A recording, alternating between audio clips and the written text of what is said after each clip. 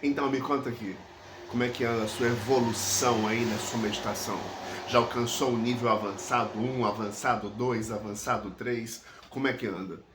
Que negócio é esse de verificar nível de meditação? Como é que a gente faz isso? Dá pra fazer isso ou é conversa fiada? Tattvamasi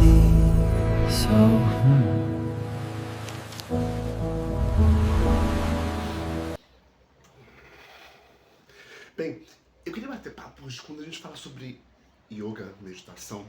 Eu vou juntar e separar um tanto de coisa. Primeiro, quando a gente fala de yoga, que é uma forma de traduzir aí a palavra religião, né?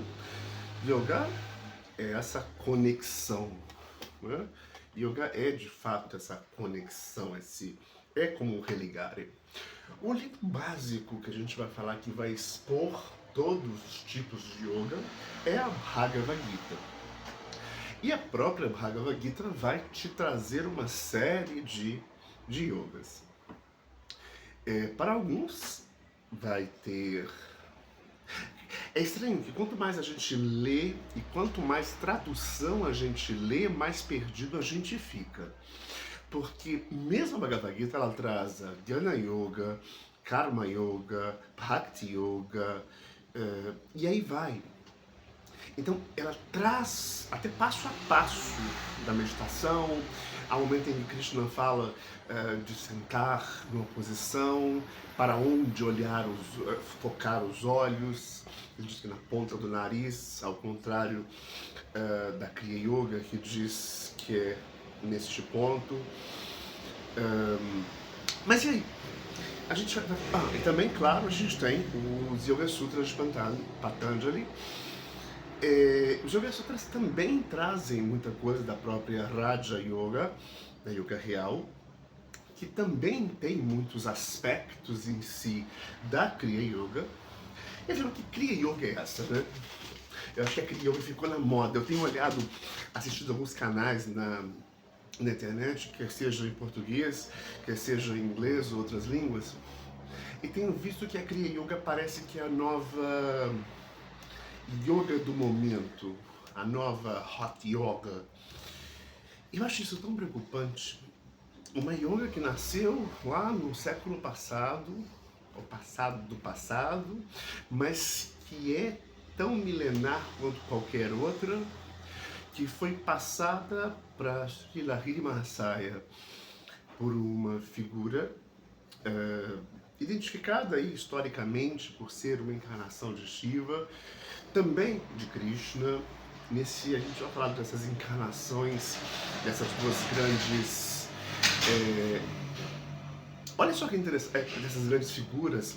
Mas vamos lá. Hoje eu estou em outro lugar, um lugar barulhento.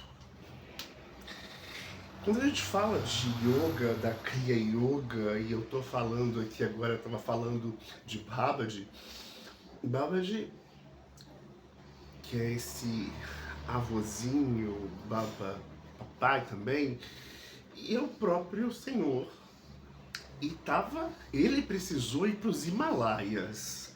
Sri Lahiri Mahasaya, o fundador da Kriya Yoga moderna, foi se encontrar com ele nos Himalaias, em uma caverna nos Himalaias.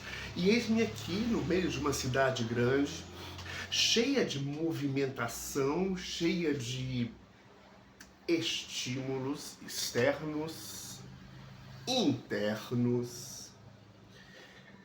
Na Bhagavad Gita, Krishna diz que é mais fácil segurar o vento do que controlar os pensamentos. Se Shri Krishna diz que é mais fácil segurar o vento, imagina parar o vento é mais fácil do que parar a mente inquieta, e para aquele que conquistou, para aquele que venceu a mente vai ser seu maior amigo, e para quem fracassou neste empreendimento, a mente é seu pior inimigo. E aí, eu vejo pessoas tentando falar, eu melhorei muito na yoga, eu agora sou, sei lá, né, tipo, nível básico, depois a gente tem o básico 1, o básico 2, depois a gente tem o pré-intermediário. Isso parece para mim curso de inglês. E não é por aí. A meditação é uma coisa que a gente... é uma mediação, é um meio de se chegar a algum lugar. Se ele é o caminho, se ele é o meio de se chegar a alguma coisa, a gente pode avançar num caminho? Pode. A gente pode avançar no caminho, mas esse avançar no caminho, de acordo com aquilo que você aprendeu, se você deseja, se para você alcançar este caminho, seja receber a Shaktipat e ter, né, a experiência de Shakti na coluna vertebral, através do contato com o Guru, como era, e ainda continua sendo, mas menos popular hoje em dia, a Siddha Yoga, pode ser que demore, né? A Kundalini está lá e pode ser que não vai subir. O que será subir a Kundalini? Algumas yogas, como a Kriya Yoga, ela vai fazer Kundalini subir e descer. Nesse movimento de sobe e desce, nesse controle dos chakras, do pranayama, da respiração, do respiro. Vou até a parte do meu cóccix, essa parte baixa, e subo de novo até a medula oblongata. Enfim, temos um processo aí de estimular, como se fosse um músculo que como se a Kundalini, rapidamente, algumas pessoas a interpretam muito literalmente como se fosse uma espécie de serpente. Eis a serpente novamente aí, sabe aquela que apareceu lá no Gênesis?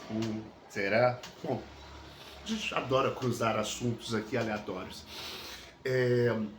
Mas, quando eu era devoto de Guru Maharaj Vivekananda, a gente buscava, inclusive, ter este contato com o Guru através de vídeos.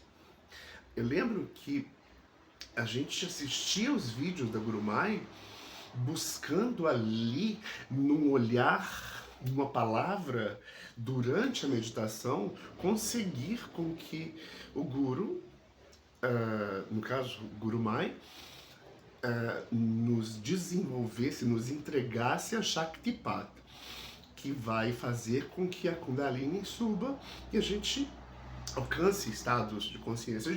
Tudo que eu estou simplificando muito, tá? Mas sei que vai ter muito blá blá blá, mas não é bem assim. Gente, a minha função é de professor. Professor tem que simplificar.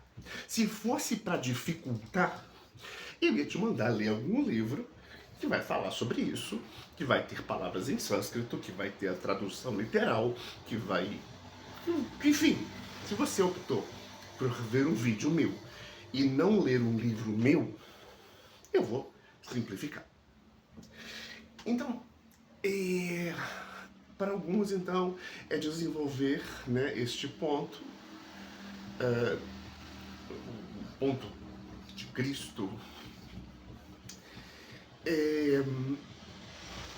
A gente deve se focar neste ponto. Krishna, na Bhagavad Gita, diz que a gente deve fechar os olhos entreabertos e focar no ponto, na ponta do nariz.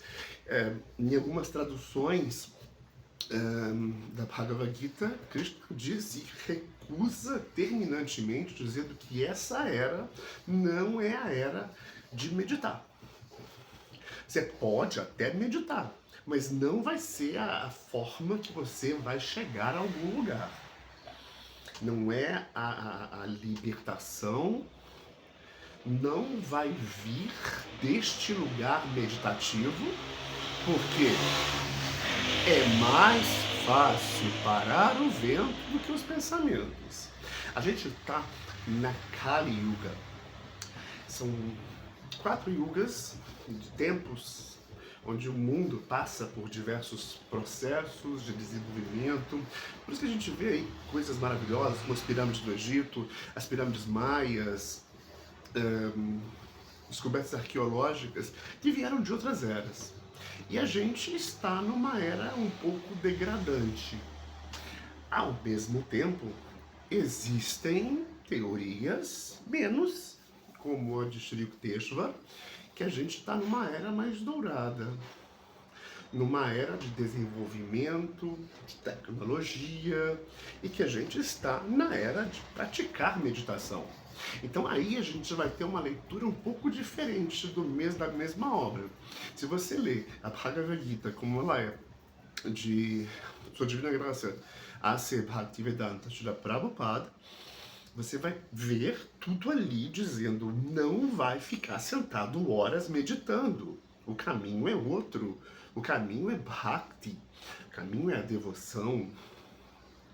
Já se a gente pegar a tradução e a interpretação de Paramahansa Yogananda, Paramahansa Yogananda vai ver ali toda a descrição de Krishna para fazer, aliás, a palavra cria, aparece acho que uma ou duas vezes de fato na Bhagavad Gita, porque ela vem da palavra karma, que é ação, que ao contrário do que se imagina, existem, a Kriya Yoga em si é uma meditação sentada, mas que ela tem movimentos e tem coisas a serem feitas.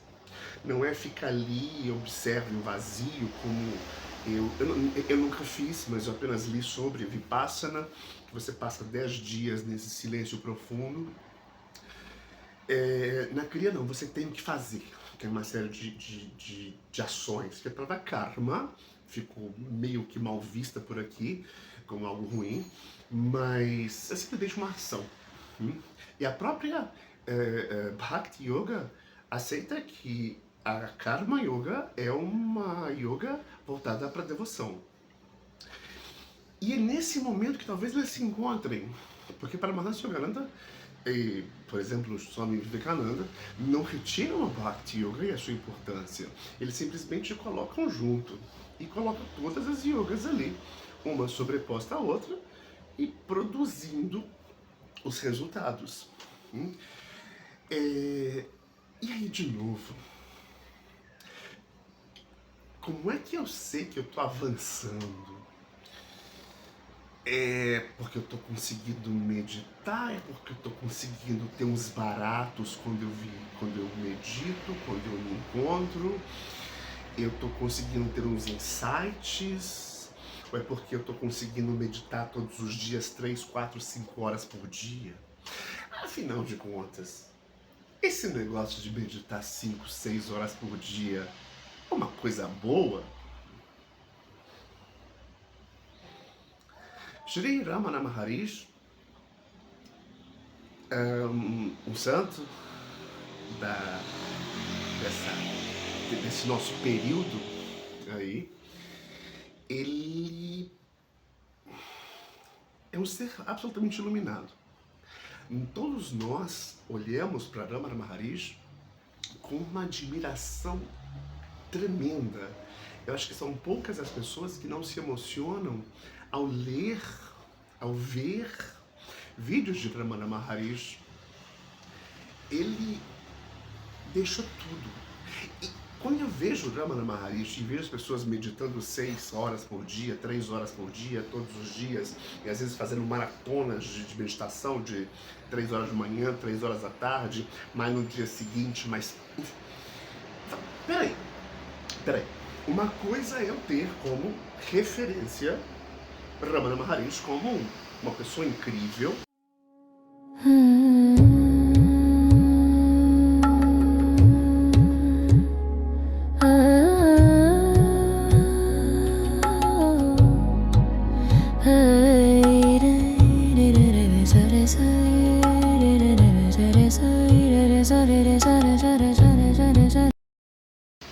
Assim como Ninkaroli Baba, mas eu não quero meditar tanto, isso é real, a ponto de haver um desprendimento, onde eu realmente vou desprender, vou soltar esse ego e vou virar um sado errante. No teu olhar eu descanso, como água no meu coração. Teu nome acalma a pressa e me guia na escuridão. Vem, vem, fica em mim, leva a dor, me faz bom. Vem, vem. Pregante, com discípulos ou não, vou para a Índia e cobrir meu corpo de cinzas, para que eu continue nessa busca pelo samadhi, pela libertação, pela moksha. Enfim, mas não é bem, né? Quando a gente para e pensa, às vezes o nosso rumo, né? Mesmo o próprio Paramahansa Yogananda não tinha como meditar tantas horas seguidas depois que ele veio para a América.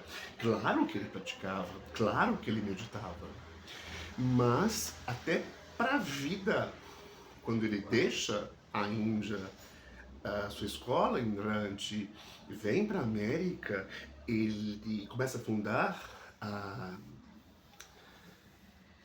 Fraternidade para a Autorrealização. Ele tem que perceber que agora ele não é só mais um monge renunciante. Ele também é um administrador responsável pela disseminação de alguma coisa.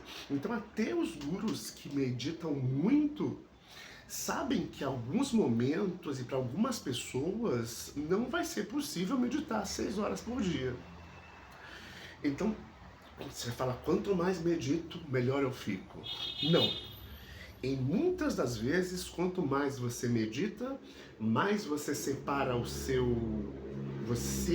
do seu ego, e quanto mais você desfaz o ego, mais próximo de ser Ramana Maharishi você está. Eu prefiro ter Ramana Maharishi como uma figura de respeito, de adoração, de aprendizagem, de saber o que se aprende neste estado, sem que eu tenha que estar neste estado. É ruim, é um estado ruim. Não, não é nada de ruim, é um estado simplesmente desconectado, descolado da realidade. E se você pesquisar facilmente, há pessoas sim que vão, da mesma forma como se usasse uma substância psicoativa, ela pode ter uma tendência a desenvolver algum tipo de... Não vai desenvolver, a coisa já está lá, latente, e acaba desenvolvendo um tipo de psicose, um tipo de neurose, alguma coisa, e vão culpar lá ayahuasca, alguma outra substância, sem saber que a meditação excessivamente também vai te causar isso. Existem outros tipos de meditações? Existem.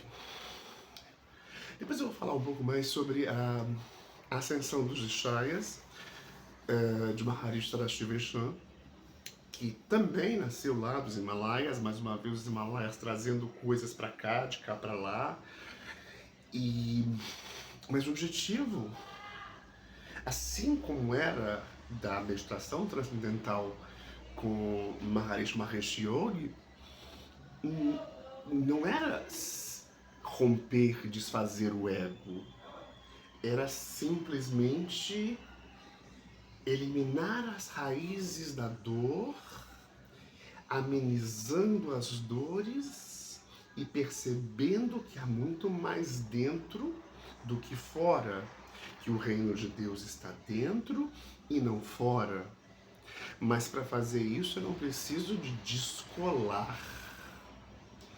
Eu tenho muito medo dessa busca por... estou avançando na meditação, acabar criando pessoas literalmente loucas e paranoicas. E sim, a gente acha que às vezes só em certas igrejas, certos cultos religiosos que as pessoas são lá fanáticas e vão fazer tudo. Não, não se iluda, não se iluda. Tem seguidores de tradições yogicas, tradições dhármicas do Sanatana Dharma da Índia que são tão ou mais radicais do que qualquer outro cristão que você possa conhecer.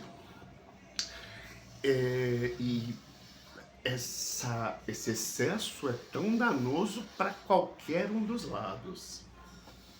Sabe, então, e o conhecimento? Essa é outra coisa. Conhecimento é uma coisa que você não vai tirar. A meditação junto com o conhecimento é uma coisa muito interessante. Porque o conhecimento só entra quando a mente se acalma. Então, acalmar a mente não é parar, porque parar é difícil, né? Mais fácil parar aí o vento.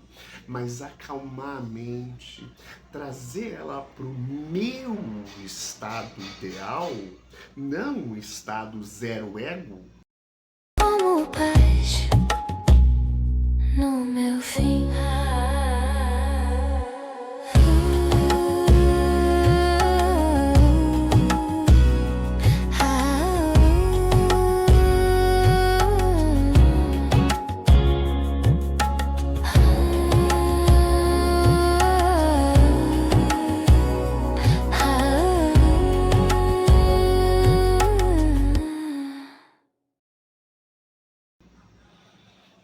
É um perfeito momento para, pós fazer isso, pegar um livro, pegar a biografia de Ramana Maharishi, de Ananda Maimá, e absorver aquele conhecimento já naquele estado pleno, sabe? Aquele estado de autorrealização mesmo.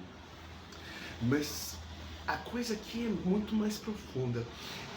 Eu vejo, acho que eu falei em algum outro vídeo, que às vezes a meditação, até para produzir muita coisa, ela pode ser tão viciante como uma droga. Pelas coisas que são são geradas no cérebro. Não é uma, não é duas, não é três vezes que eu já fui em centros de meditação, onde as pessoas ficavam loucas para ir logo para a sala de meditação para começar logo. Como se fosse... Claro que a loucura pode ser boa, mas essa bondade da loucura traz seus preços.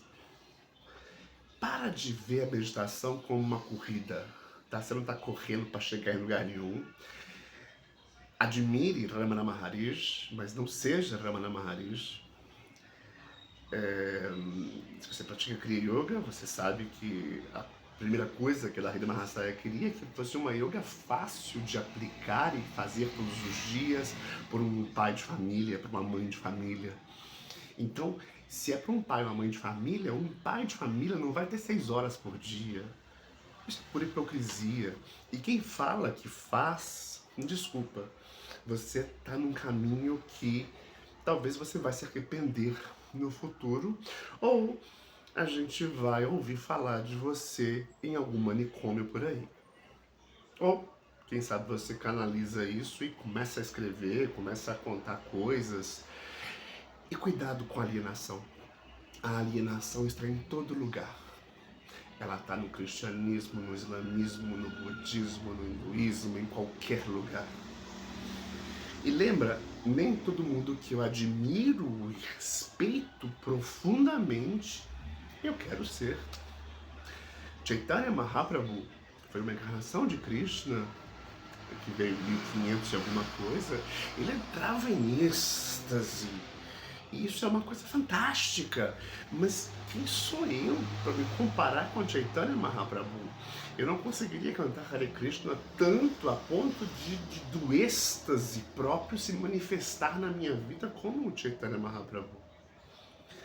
E o objetivo não é esse, ele veio como um exemplo, não como uma coisa a ser copiada, mas aprendida. Tudo posso, mas nem tudo me convém. E a gente continua nesse papo. Te vejo no próximo vídeo. Teve dúvida? Concorda? Discorda? fala aqui. Deixa seu like, joinha, compartilha, me chame de louco, mas cuidado, a loucura pode estar em qualquer lugar e mais próximo do que você imagina. Namastê, Om Tat Sat.